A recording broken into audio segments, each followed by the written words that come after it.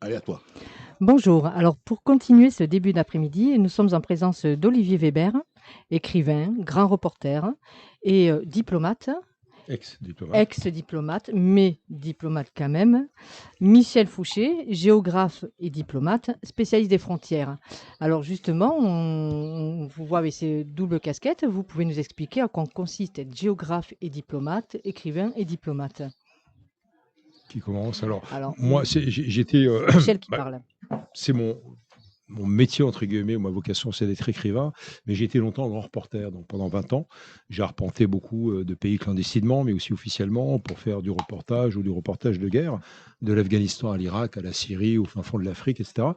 Et pour quelques documentaires. Et puis on m'a proposé en 2008, après que j'ai exercé comment ça s'appelle, à Sciences Po Paris, donc le poste que j'occupais, donc le poste de maître de conférence en géopolitique. Donc on m'a proposé ce poste d'ambassadeur de France et j'ai accepté à condition que ça soit en multilatéral, c'est-à-dire que j'étais ambassadeur de France itinérant sur deux, trois thématiques, dont la traite des êtres humains, c'est la lutte contre l'esclavage. Donc ça a duré 5 ans, c'était passionnant, chronophage, donc ça prend beaucoup, beaucoup de temps. Je n'avais plus le temps d'écrire, mais c'était passionnant, des belles rencontres avec les diplomates, avec bien sûr les sociétés civiles, ce qu'on appelle les ONG sur le terrain. Ça allait de l'Afrique de l'Ouest au fin fond de l'Asie centrale, au Mexique, au Pérou, au Sénégal, etc. Donc une belle expérience. Et pour moi, c'est un peu la même chose, c'est-à-dire rendre compte du monde, de l'humeur du monde, et éventuellement en témoigner, éventuellement chercher à l'améliorer. Je ne sais pas si on y arrive toujours, mais la diplomatie, en tout cas, s'y efforce.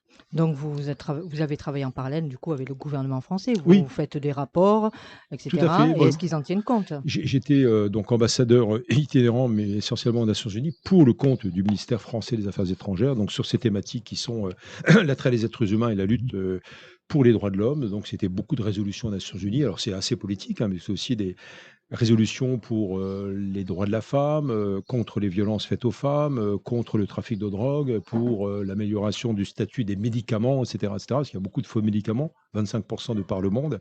Et donc voilà, des missions officielles aussi, mais surtout un travail juridico-politique à l'ONU, donc pour faire des résolutions. Et vous, donc, grand reporter et diplomate, non, géographe, pardon, Géographe. et diplomate, on s'y perd. Et c'est quoi cette spécificité d'être géographe Ah, pour la diplomatie, quelque part? Ah ben non, j'ai d'abord fait des études de géographie, des recherches sur les problématiques de frontières. J'ai écrit un gros ouvrage qui est encore utilisé pour les concours à Sciences Po, qui s'appelle Fronts et frontières, un tour du monde géopolitique en 88. Et ça m'avait alerté sur les changements qui étaient en train de se préparer sur le continent européen. Et donc très tôt, je me suis rapproché de l'équipe diplomatique du président de la République, François Mitterrand, qui, lui, avait un sens aigu de l'histoire et de la géographie. Il y a d'ailleurs un conseil des ministres où il raconte quelle est la situation de l'Europe centrale et orientale à partir de mon livre. Et donc, j'ai beaucoup travaillé avec lui, je l'ai aidé à préparer des voyages, peu importe, je raconte ça dans Arpenter le monde.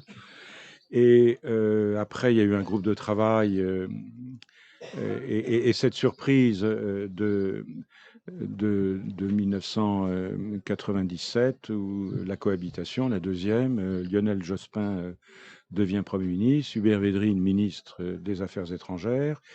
Et je cite ce qu'il me dit dans le salon de l'horloge en face de l'entrée de son bureau au Quai d'Orsay.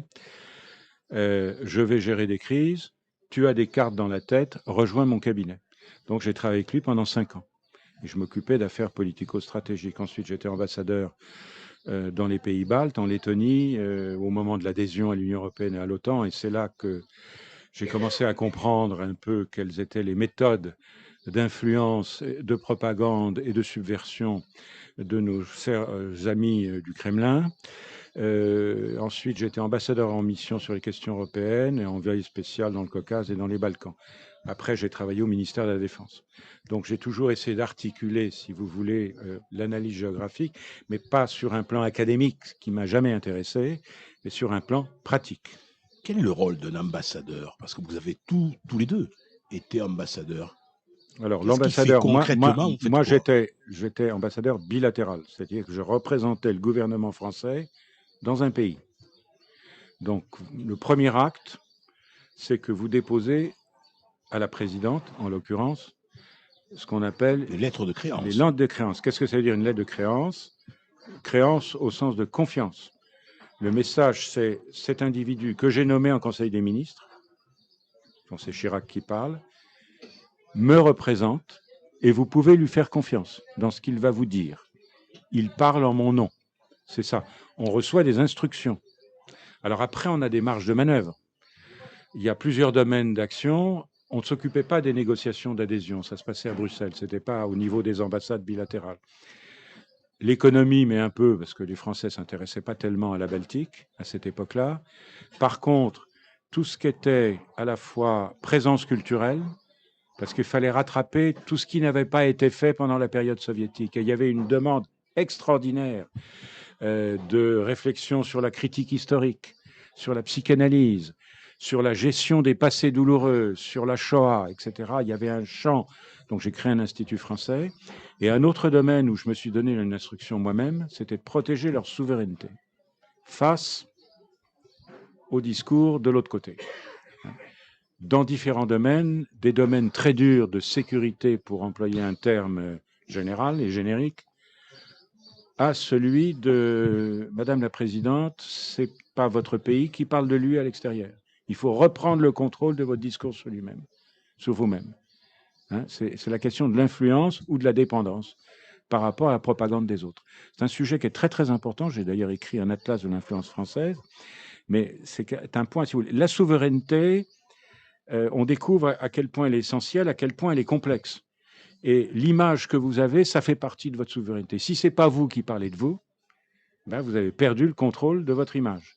Et dans les temps qui courent, c'est important. Regardez, ça c'est le grand mérite du président Zelensky, c'est lui qui parle de l'Ukraine.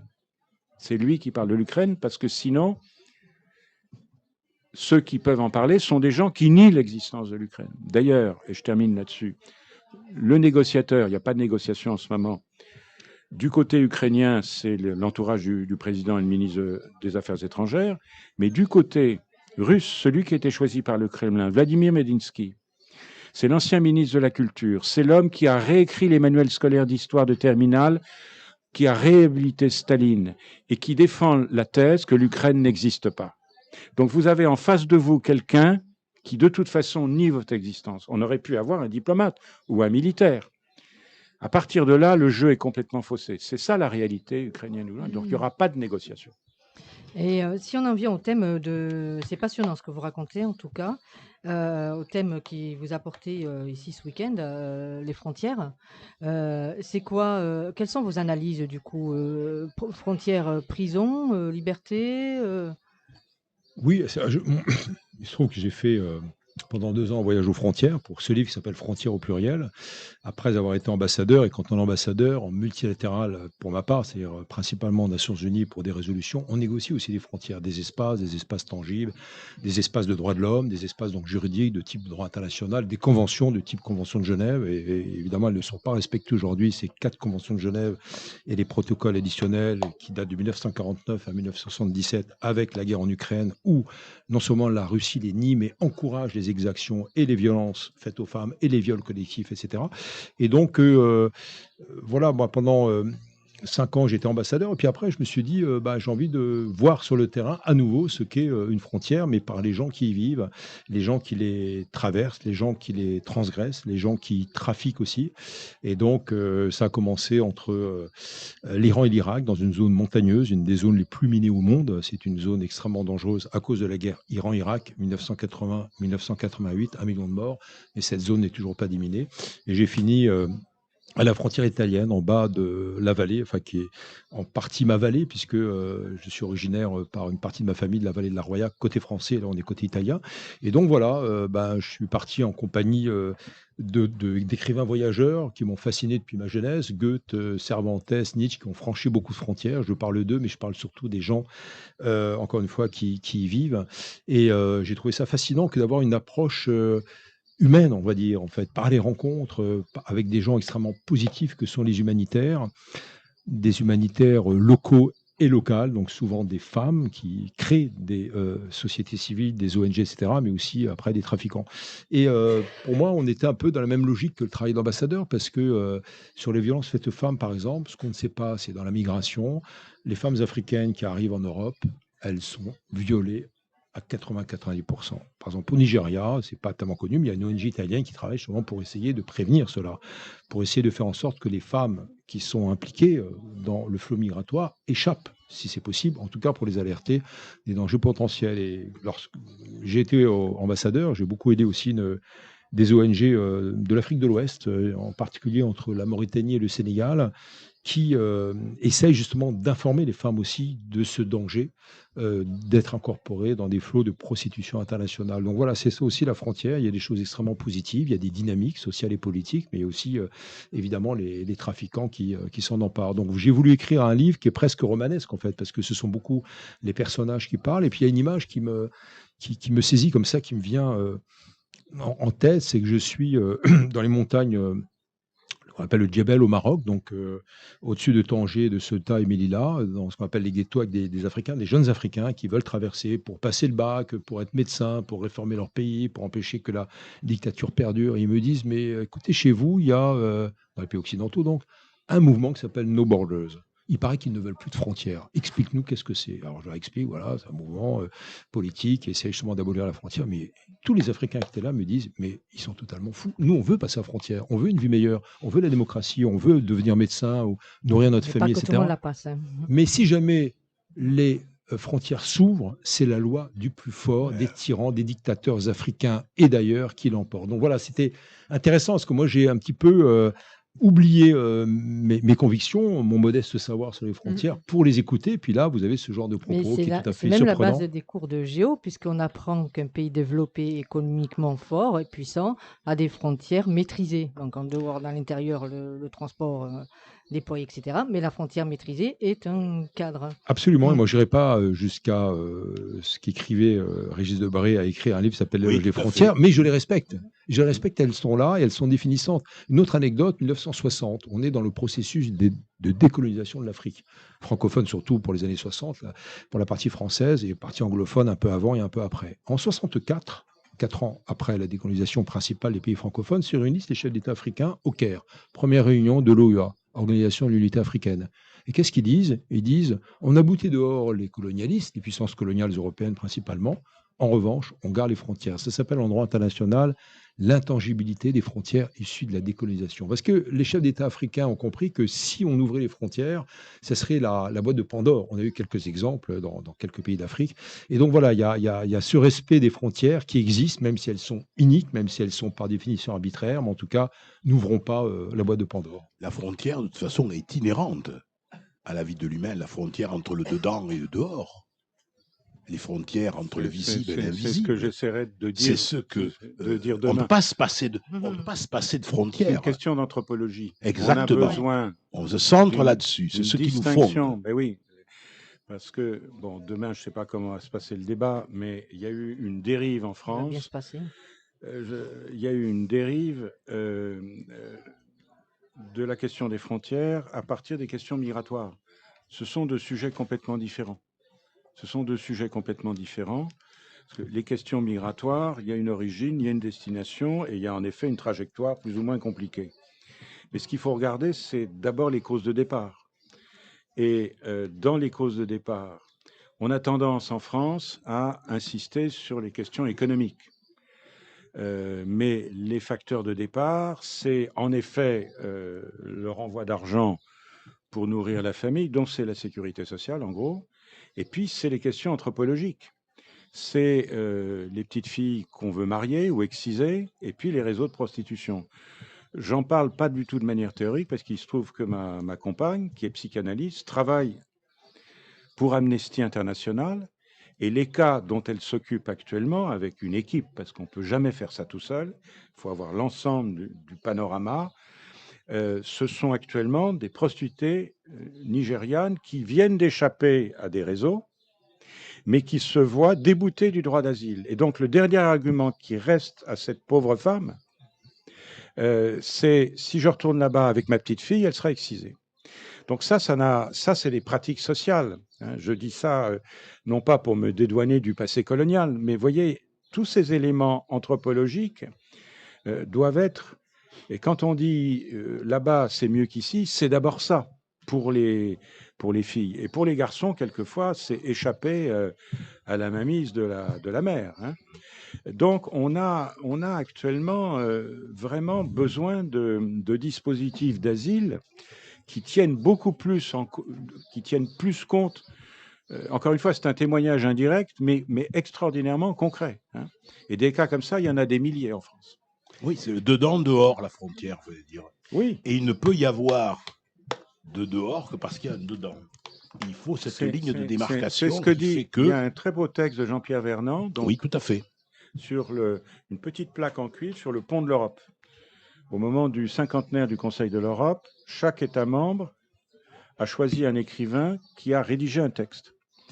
Et donc, Jean-Pierre Vernant, spécialiste de la mythologie grecque, met en valeur un couple de divinités qui n'est pas un couple marié, c'est Hestia et Hermès. En disant, il y a Hestia, la déesse du foyer, la stabilité, et il y a Hermès, mobile, nomade, un peu trafiquant, commerçant, chasseur. On a besoin des deux. Il dit, on a besoin d'un dedans pour pouvoir s'ouvrir au dehors. Et ça, c'est ma conception de la frontière, si vous voulez. La bonne frontière, je dirais la frontière civilisée moderne, c'est la frontière ouverte et contrôlable. Maîtrisée. Maîtrisée. C'est encore mieux dit. J'avais une question pour vous. Vous avez parlé de l'asile. Quels sont les critères aujourd'hui pour un étranger de demander l'asile? Il faut, Olivier connaît ça mieux que moi, il faut répondre à des critères définis par la Convention de Genève de 51. Hein, et il faut prouver en quelque sorte que dans les entretiens à la Cour du droit d'asile, où il y a essentiellement des diplomates et des juristes, entre parenthèses, un retour chez soi exposerait l'individu, femme ou homme, à des risques de persécution. Je résume. Hein, en gros, pour des raisons politiques ou d'autres. C'est un critère qui, à mon avis, devrait être beaucoup élargi. En fait, ça a été pensé dans la logique de la guerre froide. Au moment où l'annexion de l'Europe centrale par Staline a provoqué des flux de départ extrêmement importants depuis la Hongrie, la Roumanie, la Pologne et l'Allemagne de l'Est, la future Allemagne de l'Est. Ça a été conçu d'abord en fonction de critères politiques, hein, si je résume. Alors qu'aujourd'hui, sauf exception, la question syrienne ou afghane, les motivations de départ sont beaucoup plus, je dirais, d'ordre sociétaux. Hein, on veut échapper au mariage forcé, on veut échapper à l'excision, on veut échapper au réseau de prostitution. Et puis la dimension économique, hein, la famille se réunit, le chef de famille paye le voyage des passeurs. Hein. C'est comme ça que ça se passe au Sénégal. J'ai fait une enquête au Sénégal là-dessus. Et on prend le plus astucieux. Hein. Il y en a un qu'on va envoyer en Afrique du Sud pour être ingénieur des mines. Le deuxième, il va vendre des sacs Vuitton à Manhattan. Et puis le petit dernier astucieux qui parle français, on l'envoie en France avec comme mission de renvoyer de l'argent. Ce que j'appelle la sécurité sociale. Il faudrait d'ailleurs, si on voulait organiser les choses, réfléchir, pourquoi pas, à d'autres systèmes. Mais ça serait perverti. Et en fait, il faudrait voir les choses autrement que par le thème de la migration, hein, qui est un épouvantail. Il faudrait raisonner en termes de mobilité. Comment organiser la mobilité? Jusqu'en 1974, jusqu'aux lois Pasqua, il y avait une mobilité des travailleurs. Ils étaient chez Renault à Billancourt, ils rentraient au Maroc voir la famille. À partir du moment où Pasqua a bloqué les allers-retours, il y a eu forcément le regroupement familial, hein, qui est un sujet qui fait florès dans les partis xénophobes. Vous voyez, et donc la question c'est, les gens veulent venir, mais ils ne veulent pas vivre là-bas, parce que c'est très dur. Oui. C'est très dur. Ils rêvent. Ils ont l'impression, ils rêvent. Vu de Dakar, la vie dans la banlieue parisienne, c'est formidable. Oui. Tant qu'on n'y est pas. Après, il y a des déceptions. Hein. Le travail à faire, c'est organiser la mobilité professionnelle. Pourquoi pas, moi j'ai inventé un programme de type Erasmus pour les jeunes. On vous paye le voyage, on vous reçoit dignement, et puis au bout de 5 ans, comme quand on passe un concours de fonctionnaire en France, vous rentrez chez vous. Il y aura des pertes en ligne. Mais pourquoi pas? Le type a une formation et rentre chez lui. Actuellement, tous les médecins africains s'en vont. Vous voyez, donc comment organiser la mobilité Les Espagnols ont commencé à faire quelque chose comme ça avec les Sénégalais. Les Marocains réfléchissent à ça au plan financier, parce que les gens ne veulent pas terminer leur vie en France ou dans les pays d'accueil. Ils veulent pas. Ils veulent rentrer chez eux. Parce que voilà, ils envoient de l'argent. L'argent, ça sert à construire une petite maison en parpaing, la petite mosquée, une petite école. Mais il n'y a que 10% de l'argent des migrants qui sert au développement. Ça, c'est bien analysé. Donc, il faudrait renouveler notre pensée sous une mobilité organisée.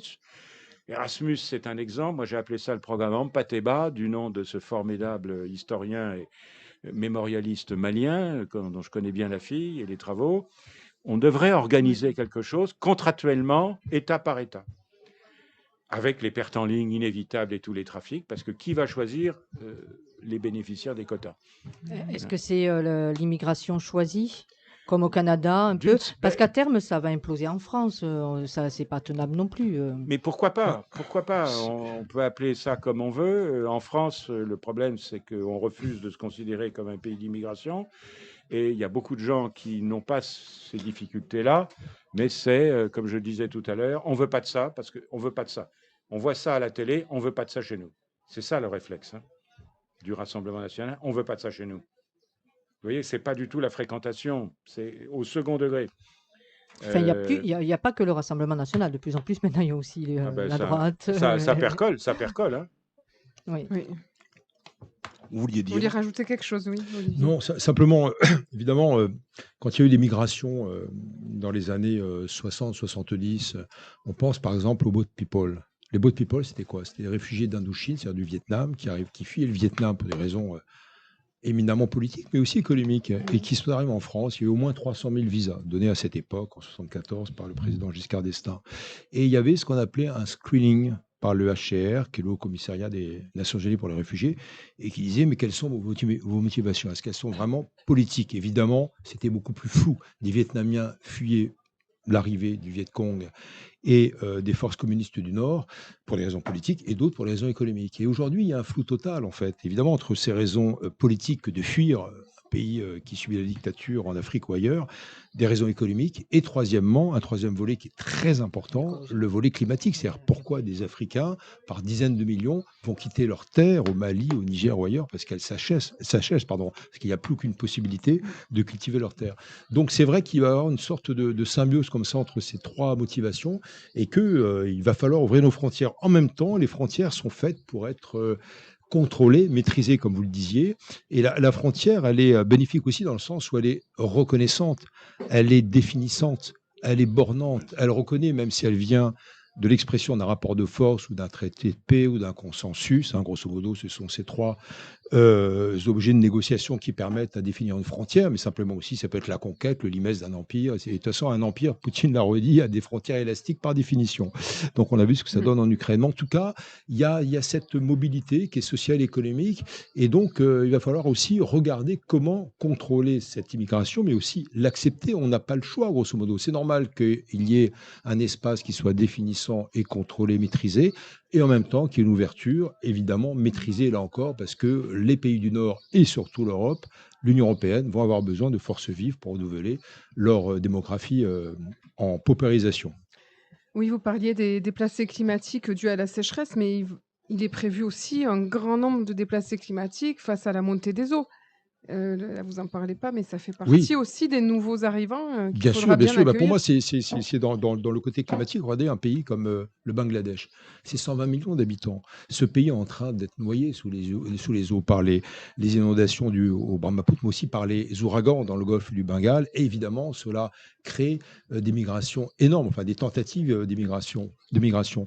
Et le Bangladesh lui-même maîtrise l'arrivée des Rohingyas qui viennent de Birmanie. L'Inde a fait construire un mur pour clôturer totalement le Bangladesh, pour empêcher les Bangladais de migrer vers le Bengale occidental, qui est donc la région de l'Est de l'Inde et qui a pour capitale Calcutta. Donc effectivement, la montée des eaux va être dramatique pour énormément de pays. Les Maldives avaient demandé à l'Australie le droit d'être hébergés sur des îlots totalement inhabités au nord-est de l'Australie. Vous savez, il y a plusieurs centaines d'îles en Australie, et là, donc vers Norfolk, il y avait un petit archipel qui était inhabité pour 40 millions de dollars. On demandait une sorte de bail comme ça, de location à l'Australie, qui a totalement refusé, qui ne veut pas de ça, évidemment. évidemment, qui ne veut pas l'arrivée des habitants des Maldives. Il va y avoir ce genre de tractation, ce genre de négociation, parce que la montée des eaux va faire partie, donc une partie donc, des populations urbaines des côtes en Afrique, en Asie et ailleurs. Mais pour paragrapher, donc juste pour finir, parce que pour un politique, un illustre, qui disait on ne peut pas accueillir toute la misère du monde. Alors, Mais on peut y prendre sa part. Attention au morceau choisi. mais on La peut y phrase est prendre sa complète. part. Ah oui, Rocard, il a dit ça. Voilà, Rocard. Virgule, mais on peut y prendre sa part. C'est ça la phrase complète. C'était il y a quelques décennies. Oui, oui. Bon, voilà. Du coup, la misère s'est amplifiée. Donc, on fait comment? Non, Qui pas, paye? non, c'est pas la misère, c'est pas amplifié. En Afrique de l'Ouest, c'est les gens informés, francophones ou anglophones, qui partent de pays moyennement développés. Sénégal, c'est pas le Niger. Le Mali, c'est une autre affaire, parce que ça fait plus d'un siècle qu'il y a des Maliens en France, mais on les appelait pas Maliens, on les appelait tirailleurs sénégalais. C'est nous qui les avons fait venir. Ce sont les directeurs de ressources humaines, comme on ne disait pas à l'époque de chez Renault, qui sont allés à Taroudant chercher des Marocains en 1912. Et puis après, on les a fait venir pour se battre en Alsace, les Algériens. Et après, on leur tire dessus à Sétif en 1945 quand ils demandent à être payés, et l'égalité des droits, puisque dans les tranchées, ils étaient à égalité, vous voyez. Et donc, on peut pas faire comme s'il n'y avait pas le passé. Parce que moi, ce qui me frappe, je vais très souvent en Afrique, le passé est toujours présent. Et on a l'impression quelque part que, au fond, et ça c'est la politique des Algériens, le droit à la migration, le droit au visa, c'est en fait, si on essaye de définir le cœur du contentieux franco-algérien aujourd'hui, 60 ans après l'indépendance de l'Algérie, le cœur du contentieux, c'est combien de visas par an? Est-ce que c'est une réparation symbolique de la période coloniale? C'est une réparation. Et l'ambassadeur de France, Xavier Diriancourt, vient de publier ses mémoires, 2 fois ambassadeur en Algérie. C'est à ça qu'il arrive en conclusion. Et ça, on ne peut pas y échapper. Et d'ailleurs, les ministres passent leur temps à demander des privilèges pour inscrire leurs enfants dans le lycée français qui a perdu son nom, à Alger ou à Oran, et demander des visas. Mais voyez, il y a cette logique africaine. Vous nous avez colonisés, vous êtes venus chez nous sans autorisation, vous nous devez des visas. L'octroi de visas, c'est une réparation au sens le plus fort du terme. C'est comme ça qu'ils pensent. Après, il faut qu'on se débrouille avec ça. Eh oui. Michel Fouché, Olivier Weber, merci beaucoup Merci. d'avoir été avec Merci. nous.